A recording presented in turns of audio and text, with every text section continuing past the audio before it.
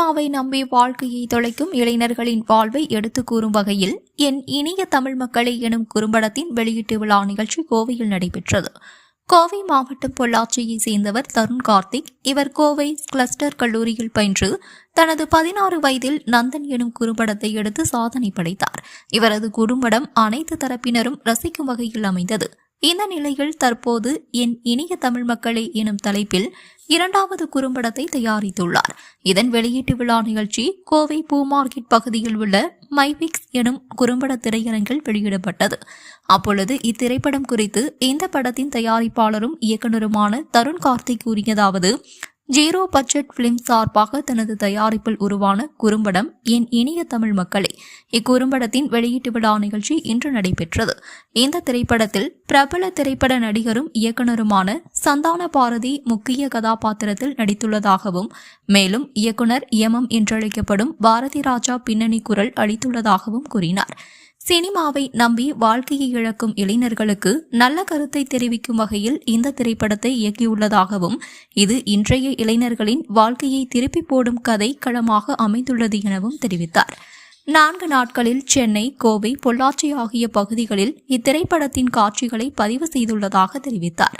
மேலும் நல்ல OTT தளங்களிலிருந்து இத்திரைப்படம் குறித்து கேட்டால் அவர்களுக்கு விற்பனை செய்ய உள்ளதாக கூறினார் என்பது குறிப்பிடத்தக்கது.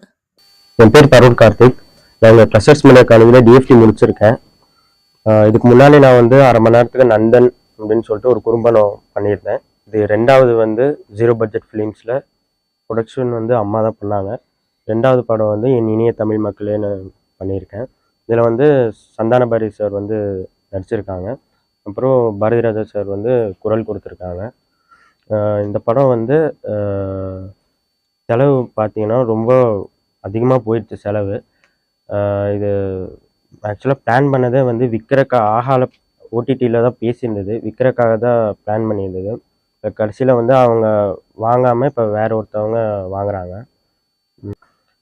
இதில் வந்து பாரதி ராஜா சார் வந்து அவரோட குரல் கொடுத்துருக்காங்க. டைலாக் வந்து நாங்கள் தான் கொடுத்தது. இது ஷூட் வந்து 4 டேஸ் போனோம். 4 டேஸ் வந்து 1 டே வந்து சென்னையில் ஒரு நாள் ஷூட்டு, அப்புறம் பேலன்ஸ் வந்து 2 நாள் ஆலியாரில், 1 நாள் பொள்ளாச்சி. இங்கே தான் ஷூட் நடந்தது. டியூரேஷன் வந்து 33 மினிட்ஸ் வருது. சந்தான பாரதி சார் நடிச்சிருக்காங்க. அவரோட ரோல் பார்த்தீங்கன்னா அவர் டைரக்டராகவே தான் நடிச்சிருக்காங்க. இந்த படத்தோட அவுட்லைன் வந்து சினிமாவுக்கு வந்து அவசரப்பட்டு இப்போ இருக்கிற ஸ்டூடெண்ட்ஸ்லாம் வந்து, அதாவது அரியர்ஸ்லாம் வச்சுட்டு கிளியர் பண்ணாமல் காலேஜுக்கெலாம் போகாமல் இருக்கிறவங்க வந்து சினிமாவுக்கு தான் இப்போது எல்லோரும் வராங்க. அவங்க வந்து அவசரப்பட்டு வராங்க. இப்போது அதுதான்